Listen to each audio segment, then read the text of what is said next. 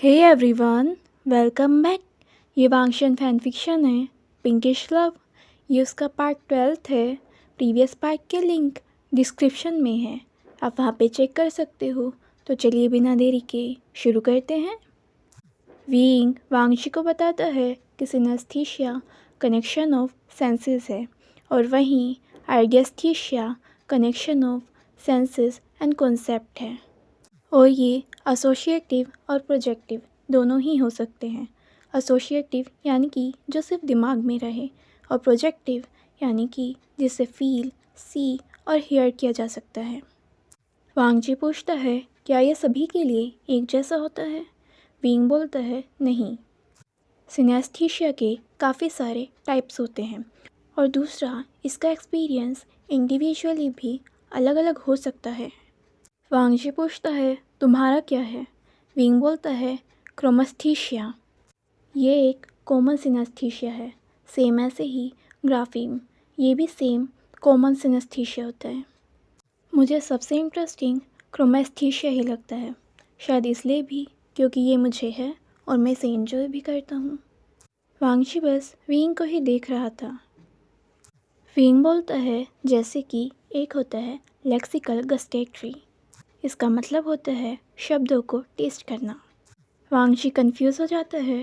Wing बोलता है, जिन लोगों को ये वाला सिनेस्थीसिया होता है वो लोग शब्दों को टेस्ट कर सकते हैं कि आखिर वह शब्द किस फ्लेवर का है, लेकिन अपने दिमाग में, ना कि अपने मुंह में। कुछ पर्सन साथ में शब्दों की शेप और उनको ऑलमोस्ट फिजिकली फील भी कर सकते हैं। जैसे जिस पर्सन को ये हो, अगर वो कोई वर्ड जैसे कि लव सुने तो उन्हें उसका टेस्ट अंगूर जैसा लगे। जैसे क्लीमत सुनने पर उन्हें वह शब्द काफ़ी ज़्यादा कोल्ड लगे, उसकी शेप उन्हें टीयर ड्रॉप की तरह लगे और वो उन्हें टेस्टलेस लगे। कुछ टाइम पहले वांगशी मैं एक बच्चे से मिला था जिसे भी सिनेस्थीसिया था, और पता है उसे भी एक रेयर टाइप का था। जैसे कि वह किसी भी साउंड या म्यूज़िक को स्मेल कर सकता था, लेकिन अपनी नाक से नहीं, बल्कि अगर उसे कोई ज़्यादा वियर्ड स्मेल आती तो वो अपने कान बंद करता। इसके बाद विंग हंसने लगता है। आई नो ये थोड़ा सा फ़नी या अजीब लग रहा होगा, लेकिन कई बार ये आफत भी बन जाते हैं। ग्राफीम सिनेस्थीसिया कॉमन होता है, बट इसमें हम लोग लेटर्स, नंबर, सिंबल और शेप को कलर्स में देखते हैं, समटाइम्स जेंडर और पर्सनालिटीज़ में भी। जैसे मान लो अगर ये किसी पर्सन को है तो वो किसी पर्टिकुलर नंबर को उसको फिज़िकली भी सेंस कर सकता है। आई नो कि इसका कोई सेंस नहीं है, बट फिर भी। जैसे अगर वह ज़ीरो देखे तो उसके लिए ज़ीरो का कलर है वेरी पेल आइसी ब्लू और समटाइम्स वाइट भी। 2 देखे तो पिंकिश रेडिश गर्ल, 3 देखे तो ग्रीन बॉय। अगर वो लेटर्स में देखे तो ए, हमेशा ए उसके लिए रेड रहेगा, चाहे अब तुम उसे कोई से भी पेन से लिख कर दो। और अगर शब्दों की बात करें तो उस वर्ड में पहले लेटर को देखकर ही पूरे वर्ड का कलर डिफाइन होता है। जैसे तुम्हारा नाम वांगची, अगर डब्ल्यू ऑरेंज है तो पूरा ही नाम ऑरेंज रहेगा। अब तुम वांगची को पीले कलर से लिख लो या फिर नीले कलर से, लेकिन अगर कोई लेटर ऐसा है जो अपने कलर को काफ़ी ज़्यादा स्ट्रॉन्ग रखता है तो वो उस पूरे शब्द में भी अपने आप को शो कर देगा। जैसे वांगशी में अगर आई अपने आप को शो कर दे, अगर आई का कलर काफ़ी ज़्यादा स्ट्रॉन्ग है मेरे सेंसेस के अकॉर्डिंग, तो पूरा वर्ड चाहे ऑरेंज हो लेकिन आई मुझे पर्पल ही दिखाई देगा। वांगजी पूछता है, और तुम्हें विंग, क्या तुम्हें भी है ये वाला? विंग बोलता है, नहीं, बट हाँ इनमें भी इंडिविजुअली थोड़े डिफरेंस आ सकते हैं। विंग बोलता है, मुझे मेनली प्रोमिनेंट क्रोमस्थीसिया है, और तुम्हें पता है ये सच में बहुत ज़्यादा ऑसम है। तुम इमेजिन भी नहीं कर सकते वांगशी, मान लो तुम अपना कोई फेवरेट म्यूज़िक सुन रहे हो और तुम्हारे सामने कलर्स इस टाइप से आए जैसे कि मान लो कोई एब्स्ट्रैक्ट पेंटिंग हो, जस्ट ऑसम, या फिर कोई लाइट शो, या फिर चारों तरफ रंग बिखरे पड़े हों, जस्ट फुल ऑफ एक्सपीरियंस वांगची, जिसे डिफ़ाइन नहीं किया जा सकता। समटाइम्स तुम्हें जो कलर दिखाई देते हैं तुम बता भी नहीं सकती कि वो एग्जैक्ट कौन से कलर्स हैं। ये गुड और बैड दोनों हो सकता है, बट ये डिपेंड करता है सिचुएशन पर। अगर इसके गुड नेचर को देखा जाए तो ये अच्छा खासा आपका स्ट्रेस रिलीफ कर देता है, आपको काफ़ी ज़्यादा क्रिएटिव बनाता है और आपको अच्छी खासी म्यूज़िक की समझ भी हो जाती है। अगर म्यूज़िक में कुछ चीज़ सही नहीं है तो हाँ, मुझे पता चल जाएगा कि एक कलर शेड भी सही नहीं है। मैं म्यूज़िक को एक स्पेसिफिक कलर पर लिख सकता हूँ और ऐसे ही मैं किसी चीज़ को पेंट कर सकता हूँ लिरिक्स और मेलोडीज़ पर। वांगशी बोलता है वीइंग, इसका मतलब कि तुम्हारी लाइफ को काफ़ी ज़्यादा कलरफुल और ब्यूटीफुल बनाता है। वीइंग बोलता है हाँ, लेकिन यह हर बार रेनबो कलर की तरह खूबसूरत नहीं होता। काफ़ी बार तो मैं किलस चाहता हूँ जब मेरे आसपास का माहौल काफ़ी ज़्यादा नॉइज़ी होता है, क्योंकि जिस प्रकार का सिनेस्थीट मैं हूँ उसमें काफ़ी ज़्यादा एनर्जी जाती है मेरी। कलर हियरिंग के साथ साथ मैं साउंड को certain movement, shape, pattern, colour के साथ भी सुन सकता हूँ। नॉइज़ी इन्वायरमेंट में कई बार अगर मेरा रहना ज़रूरी है तो मुझे नॉइज़ कैंसलिंग ईयरफोन्स लगाने पड़ते हैं। तुम समझ सकते हो कितना ज़्यादा इरिटेटेड फील होता है जब तुम्हें वो कलर शो हो रहे हो जिन्हें तुम देखना ही नहीं चाहते, और वो शोर तुम्हारे लिए ऐसा है कि तुम किस नर्क में आकर फंस गए, और ये सारी चीज़ें तुम्हें नौसिया फील करा दें। बैड एक्सपीरियंस वांगशी बिल्कुल वैसा ही होता है जब तुम सड़क पर चलना चाहते हो लेकिन तुम्हारे आसपास इतनी ज़्यादा लाइट होती है कि तुम्हें रास्ता ही दिखाई ना दे, या फिर तुम लाइट को कुछ देर ध्यान से देखो, उसके बाद जब तुम दूसरी तरफ देखो तो तुम्हें कुछ भी ठीक से दिखाई ना दे। रात को ये प्रॉब्लम काफ़ी ज़्यादा हो जाती है क्योंकि रात के टाइम कलर और ज़्यादा ब्राइट होकर दिखाई देते हैं। मेरा सिनेस्थीशिया ट्रैफिक साउंड पर भी रिएक्ट करता है। हालांकि दिन के समय हल्के पुल्के कलर दिखाई देते हैं, जस्ट लाइक इधर उधर रंग बिखरे पड़े हों या आसमान में उड़ रहे हों। काफ़ी बार इस चक्कर में सर दर्द भी हो जाता है और तुम्हारा कुछ काम भी नहीं हो पाता। लेकिन इन सब के बाद भी वांगची, ये बिल्कुल एक मैजिक की तरह है। वो मैजिक जिसे तुम नहीं समझ सकते, जिसे हम लोग म्यूज़िक, सॉन्ग या फिर साउंड सुनते वक्त फील किया करते हैं या देखा करते हैं। सारी चीज़ें अच्छी और बुरी होती हैं, तो फिर अच्छी चीज़ों पे ध्यान दे लो जिनके बेनिफिट तुम्हें मिल जाए। जैसे मैंने तुम्हें बताया था वांगची कि प्रिटी गर्ल सॉन्ग सुनने पर मुझे रेड और ब्लैक कलर दिखाई देते हैं, पर पता है वो किस तरह दिखाई देते हैं? जस्ट लाइक इधर से रेड और इधर से ब्लैक आपस में आकर मर्ज होने की कोशिश कर रहे हों, और वह काफ़ी अच्छे लगते हैं। कई बार कलर हमें लाइनों में चलते हुए दिखाई देते हैं, जैसे शिनचैन नोहारा का डांस बल्ले बल्ले दिशा बशाबा, यानी कि कलर भी हमें वैसे ही डांस करते हुए दिखाई देते हैं, शेप में और स्पार्कल की तरह भी। और जब तुम्हें कोई अपना फेवरेट म्यूज़िक मिल जाए और उसके साथ के रंग तुम्हारे फेवरेट हों तो बिल्कुल वैसा ही लगता है कि तुम्हारे सामने कोई 3D पेंटिंग चल रही हो या फिर कलर का लाइट शो। वांगशी बोलता है तो फिर तुम्हें कलर इसलिए पसंद है क्योंकि तुम्हारे फेवरेट म्यूज़िक के साथ वो कलर्स तुम्हें शो होते हैं। विंग बोलता है नहीं, मेरे पास कोई रीज़न भी तो नहीं है इन कलर्स को डिनाई करने का, और मेरी नज़र में ये कितने ज़्यादा खूबसूरत हैं ये मैं कैसे डिफ़ाइन करूँ तुम्हारी नज़र में वांगशी। वांगशी बोलता है लेकिन तुमने इसका जो बैड साइड बताई। विंग बोलता है ह्यूमन नेचर है कि हम लोग गुड से ज़्यादा बैड देखते हैं।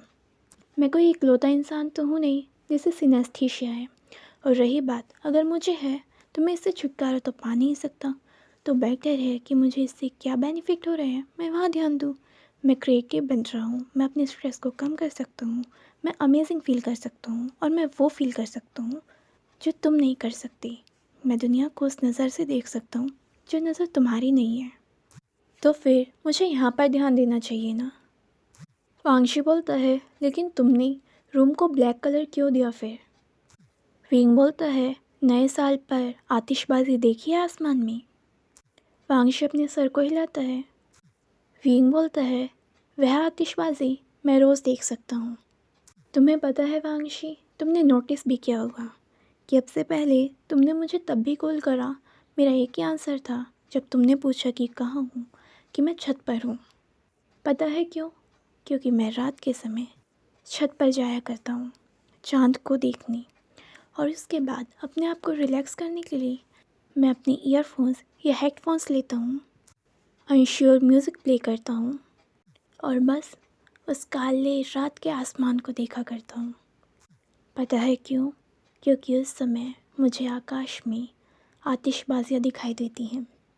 अनश्योर म्यूज़िक सुनते वक्त जो कलर मुझे शो होते हैं वो बिल्कुल आतिशबाजी की तरह होते हैं। सेम ऐसे ही मेरे रूम में वांगजी। आजकल की लाइफ काफ़ी ज़्यादा स्ट्रेसफुल हो चुकी है। किसी को कुछ करना पसंद है तो किसी को कुछ। मुझे अंधेरे से डर लगता है, लेकिन मुझे कलर पसंद है। ये रूम इसीलिए ब्लैक है ताकि मैं इसके अंधेरे में भी उस म्यूज़िक को एंजॉय कर सकूं उसके कलर के साथ। वांगशी पूछता है, लेकिन अगर अंधेरे से डर लगता है तो फिर? फींग बोलता है, अब नहीं लगता।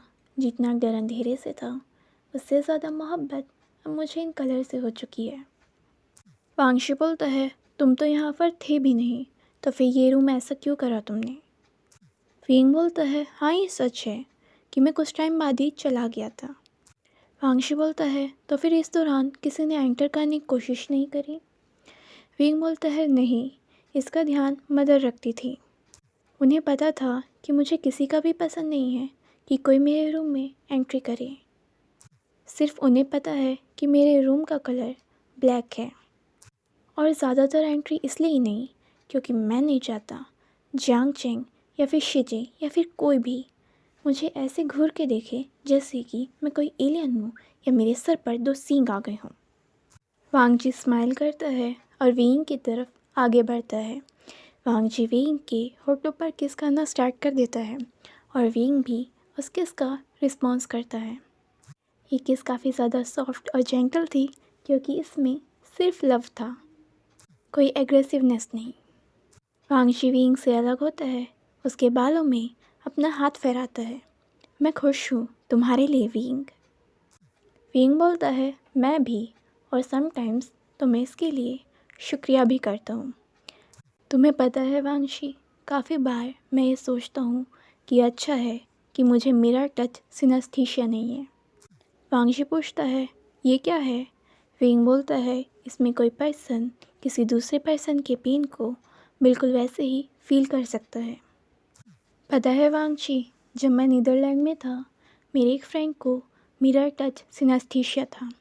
तो पता है, जब वो टीवी पर फुटबॉल देख रहा था तो उसमें एक प्लेयर की लेग में चोट लग जाती है, तो मेरा फ्रेंड भी एकदम से तेज़ी से चिल्लाते हुए उठा था क्योंकि वो उस पेन को फील कर रहा था जो कि उस प्लेयर के लगी थी। लेकिन वो पर्सन दूसरी साइड फील करते हैं, जैसे अगर उसकी राइट लेग में लगी हो तो जो मिरर टच सिनेस्थीसिया वाला पर्सन है उसको अपनी लेफ़्ट लेग में फील होगा। इस पर वांगशी की आंखें बड़ी हो जाती हैं। वीइंग बोलता है, लेकिन इसका एक फ़ायदा भी है। वो एक मसाज पार्लर में काम करता था, तो अगर सामने कोई पर्सन उसके सामने मसाज ले रहा है और 2-3 घंटे की भी अगर मसाज चल रही है ना, तो उससे जो बेनिफिट हो रहा है ना सामने वाले पर्सन को, उसकी बॉडी भी रिलैक्स हो जाएगी, जिस पर्सन को मिरर टच सिनेस्थीसिया है। अब ये सुनते ही वांगशी का फेस तो बिल्कुल अजीब हो जाता है। वीइंग बोलता है, बोला ना कि जो सामने वाला पर्सन फील करेगा वही मिरर टच सिनेस्थीसिया वाला पर्सन भी फील कर लेगा। वांगशी बोलता है, लेकिन अगर सामने वाला पर्सन मरा हुआ हो? वीइंग बोलता है, ये तो मैंने कभी सोचा ही नहीं और ना ही मैंने कभी उससे पूछा, पर शायद कुछ भी फील ना करे क्योंकि सामने वाला पर्सन तो मर चुका है ना। जिस पर्सन को ये सिनेस्थीसिया है, एक्चुअली उसका ब्रेन उस वाले दर्द को फील करने की कोशिश करता है जो सामने वाले पर्सन को हो रहा। मैं ये नहीं कह रहा कि एग्जैक्ट अमाउंट में होता होगा, बट हाँ होता है। वीइंग बोलता है, लेकिन हाँ मैं ये सोच रहा था कि अगर बाय चांस वो ऐसी जगह पर हो जहाँ पर कोई लेडी किसी बच्चे को जन्म दे रही हो तो उसकी क्या हालत होगी। वांगशी बोलता है, भयंकर। लेकिन उसके बाद वीइंग एक नोटी स्माइल के साथ बोलता है, लेकिन मैं साथ में ये भी सोच रहा था, अगर बाय चांस वो अडल्ट सेक्स वीडियो देखे तो। ये सुनते ही वांशी की आंखें बड़ी हो जाती हैं और मुंह तो बिल्कुल खुला का खुला रह जाता है। वो देखता है कि विंग कितने शेमलेस तरीके से बोल रहा है। वांशी बेड पर रखे पिलो को उठाकर विंग की तरफ फेंकता है। शर्म करो। विंग बस हंसता है और वांशी को अपनी जीभ दिखाता है। विंग वहाँ से भागने वाला होता है कि वांशी विंग को पकड़कर बेड पर ही अपने साथ पुल कर लेता है और उसके पेट पर टिकलिंग करने लगता है। विंग काफ़ी ज़्यादा तेज तेज की हंसने लगता है। बस मेरे पेट में दर्द हो जाएगा। वांशी बोलता है, शुरुआत किसने करी? विंग बोलता है, मैंने बस बोला। वांशी बोलता है, मैं फील कराऊं? उसने क्या फील करा? विंग बोलता है, अब कौन शेमलेस बन रहा है? वांशी विंग को और ज़्यादा टिकल करने लगता है और विंग वांशी से सॉरी बोलने लगता है। अब नहीं बोलूँगा। वांशी विंग को देखता है कि ऐसा हो सकता है कि विंग सुधर जाए। अब वांशी विंग के ऊपर अच्छे से आ जाता है। वांशी विंग के फेस को अच्छे से ऑब्जर्व करने लगता है। उसके बाद विंग की आंखों में देखकर कहता है, तुम्हें पता है मेरे लिए इस दुनिया की सबसे खूबसूरत फीलिंग क्या है? अपने हमसफ़र के फेस को ऑब्जर्व करना कि वो कितना प्यारा है और वो सिर्फ तुम्हारा है। इस पर विंग स्माइल करता है। विंग बोलता है, मेरे लिए भी सबसे प्यारी फीलिंग यही है जब तुम उसका हाथ पकड़कर दुनिया को दिखा सको कि तुम दोनों एक साथ हो, जब बता सको कि वो तुम्हारा है और एक सिक्योरिटी की फीलिंग रहे कि चाहे वो जहाँ भी जिसके साथ हो पर वो तुम्हारा है। वांशी अपनी इंडेक्स फिंगर को उसके फोरहेड से लेते हुए उसके गालों तक ले आता है और वहाँ पे धीरे धीरे फहराने लगता है। वांशी पहले स्लाइड किस उसकी नोज़ पर, फिर उसके दोनों आँखों पर करता है, फिर वहाँ से धीरे धीरे उसके होठों तक और फिर उसके होठों से धीरे धीरे उसके गले तक और फिर नीचे की तरफ आता है। इसके बाद वांशी अपनी टंग को उसके लिप्स पर फहराता है, उसके होठों को लिक करता है, फिर धीरे धीरे वहाँ से अपनी टंग को फहराते हुए उसके गले तक और नीचे कॉलर बोन तक आ जाता है। विंग को काफ़ी ज़्यादा अजीब लग रहा था। उसने अपनी आंखें टाइटली बंद कर ली थी। जब वांशी अलग होता है, विंग को ऐसे देखकर वह हंसने लगता है। विंग पहले वांशी की तरफ देखता है, उसके बाद उससे नज़रें चुराने की कोशिश करता है क्योंकि उसे काफ़ी ज़्यादा शर्म आ रही थी। वांशी अपने हाथ को विंग के गाल पर रखता है और जेंटली वहाँ पर टैप करने लगता है। उसके बाद वांशी की नज़र विंग के नेक पर जाती है जहाँ पर वह बाइट थी। वांशी अपनी फिंगर को वहाँ पर रखता है और विंग से बोलता है, कॉकरोच ही मिला। विंग बोलता है, तो फिर तुम मच्छर हो? वांशी बोलता है, तो कॉकरोच हूँ। विंग बोलता है, नहीं। वांशी उसे देखता है, तो फिर ये क्यों यूज़ करा? विंग थोड़ा नर्वसली बोलता है, जो उस टाइम पे समझ में आया। वांशी अपनी आँखें और ज़्यादा तिरछी कर लेता है, मतलब समझ में आने के लिए भी इसे कॉकरोच और मच्छर ही मिले। विंग पार्ट बनाता है, मैं तो एक प्यारा सा बच्चा हूँ ना। अब की बार वांशी अपनी एक आईब्रो ऊपर करके देखता है। विंग और ज़्यादा क्यूटली पार्ट बनाने की कोशिश करता है। वांशी अपने फेस को विंग के नेक के पास ले जाता है। वहाँ पर पहले अपनी नोज़ को हल्का सा रब करता है और उसके बाद स्निफ करने लगता है। विंग बोलता है, तुम डॉग हो क्या? अब स्निफ कर रहे हो, कभी बाइट करने लगते हो। वांशी हल्का सा विंग के गाल पर टैप करता है। विंग काफ़ी ज़्यादा क्यूटली बोलता है, ठीक है, अब मैं बाहर कह दूँगा कि मुझे ना तो किसी मच्छर ने बाइट करा, ना ही कॉकरोच ने, एक्चुअली एक डॉग ने करा है। वांशी विंग की बैली पर पिंच करता है। विंग तेज़ी से बोलता है, आउच, हे, तुम क्या कर रहे हो? वांशी बोलता है, तुम नहीं मानोगी, और उसके पेट पर टिकल करने लगता है। नहीं नहीं, मैं सच में मान गया। और इसके बाद विंग जल्दी से वांगजी से अलग होता है। उसके बाद विंग क्यूटली एंग्री पार्ट बनाता है। यू गंदे इंसान, क्रूल मैन, ओल्ड मैन, अत्याचारी, पापी इंसान, तुम्हें पक्का तुम्हारे कर्मों की सज़ा मिलेगी। वांगजी के रिएक्शन अब विंग को देखकर ऐसे ही होते हैं। ये कौन सी दुनिया से आया है। विंग वांगजी के ऐसे फेस को देखकर काफ़ी तेज की हंसने लगता है। उसके बाद विंग वांगजी के पास जाता है, उसके गालों पर अपने हाथ रखता है। वैसे वांगजी तुम ऐसे काफ़ी ज़्यादा क्यूट लग रहे थे। लेकिन ये देखकर विंग कि वांगजी का फेस अभी भी वैसा ही है, उसके होठों पर एक स्लाइट किस करता है, लेकिन वांगजी उसे सीधा बैक पर पुश कर देता है। विंग बोलता है, हे तुमने चीट किया। वांगजी बोलता है, कैसे? पास तो तुम ही आए थे। विंग पार्ट बनाता है। वांगजी पहले विंग के होठों पर लिक करता है और उसे अच्छे से किस करने वाला होता है कि तभी दरवाजे पर नोक हो जाती है। आवाज़ सुनते ही वांगजी दरवाजे की तरफ देखता है, लेकिन फिर वह इस बात को इग्नोर करने की कोशिश करता है। विंग कुछ बोलने वाला होता है कि वांगजी फिर से अपने फेस को विंग के फेस के पास ले जाता है, लेकिन जैसे ही दोबारा किस होने वाली होती है, वैसे ही दोबारा दरवाजे पर नोक हो जाती है और शाओ शिनचैन की आवाज़ आती है, कितनी देर, आना नहीं है। आवाज़ सुनते ही एकदम से वांगजी अनोय हो जाता है और विंग हंसने लगता है। कर्मा बदला ले रहा है। वांगजी विंग को नैरो आइज के साथ देखता है और विंग हंसते हुए दरवाज़ा खोलने जाता है। तो फ्रेंड्स, आज के लिए बस इतना ही। मुझे पता है आप में से काफ़ी लोगों को काफ़ी ज़्यादा बोरिंग भी लगा होगा सिनेस्थीसिया के बारे में जानना, बट मैंने अपनी तरफ से आपको बस एक छोटी सी झलक दिखाने की कोशिश करी थी कि आखिर रंगों की ये दुनिया इतनी हसीन भी हो सकती है। बट जिन लोगों को सिनेस्थीसिया नहीं है उनको समझाना थोड़ा मुश्किल हो जाता है, क्योंकि दिखाएं कैसे कि दिख क्या रहा है, और ये इंडिविजुअल भी डिफरेंट हो सकता है। तो अगर आपको ये पार्ट पसंद आया हो तो प्लीज़ वीडियो को लाइक कर दीजिए, और नहीं किया चैनल सब्सक्राइब तो प्लीज़ कर दीजिए। Thank you.